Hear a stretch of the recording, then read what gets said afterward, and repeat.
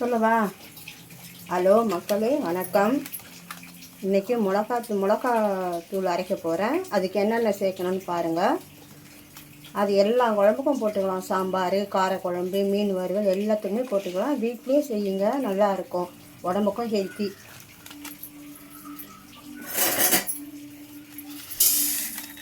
முதல்ல கடுகை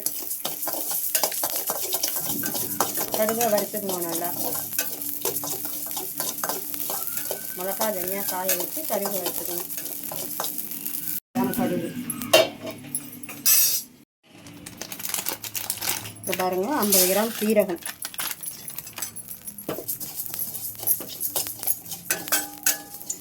மிளகா தனியாக காய வச்சுக்கோங்க. 3 மாதம் கூட வரும், 4 மாதம் கூட வரும். 1 கிலோ மிளகா, 1 கிலோ தனியா,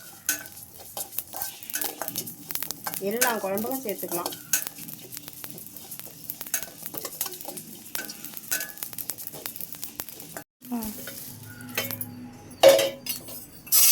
அதுக்கப்புறம் மிளகு 50 கிராம் போட்டுங்க.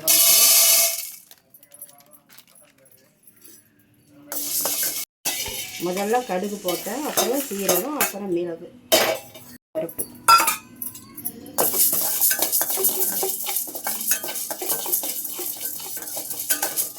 ஊற்றிக்கோங்க.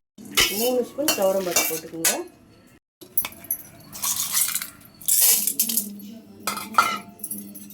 கடலைப்பருப்பு 3 ஸ்பூன் போட்டுக்கோங்க.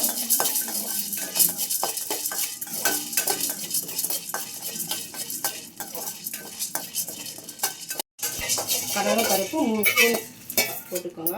பரவாயில்ல, நல்லா பொரிஞ்சிடணும்.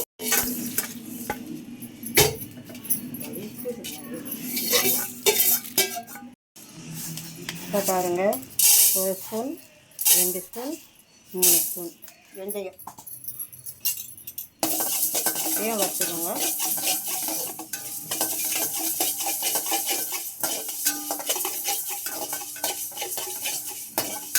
வெந்தயம் இந்த போட்டுக்கோங்க.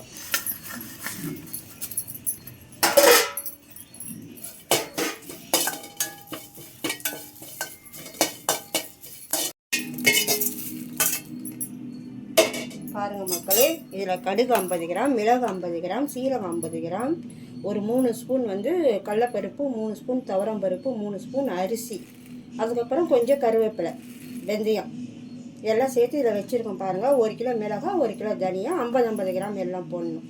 போட்டுட்டு நான் அரைச்சிட்டு அப்புறம் காட்டுறேன்.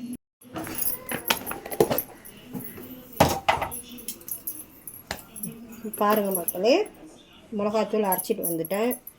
சாம்பாருக்கு, காரக்குழம்புக்கு, தக்காளி தொக்குக்கு, எல்லாத்துக்குமே நீங்கள் போட்டுக்கலாம். ரொம்ப நல்லது. கடையில் வாங்குறத விட இது மாதிரி நீங்கள் வரைச்சி வச்சுக்கிட்டிங்கன்னா 3 மாதமோ 4 மாதமோ வரும். கலர் வீடியோவில் ஒரு மாதிரி உங்களுக்கு வெளுத்தா மாதிரி இருக்கும். ஆனால் மிளகாத்தூள் தான், மிளகாத்தூள் கலர் இருக்கும். இது பார்த்து யூஸ் பண்ணிவிட்டு எனக்கு சொல்லுங்கள் எப்படி இருக்குதுன்னு சொல்லிவிட்டு.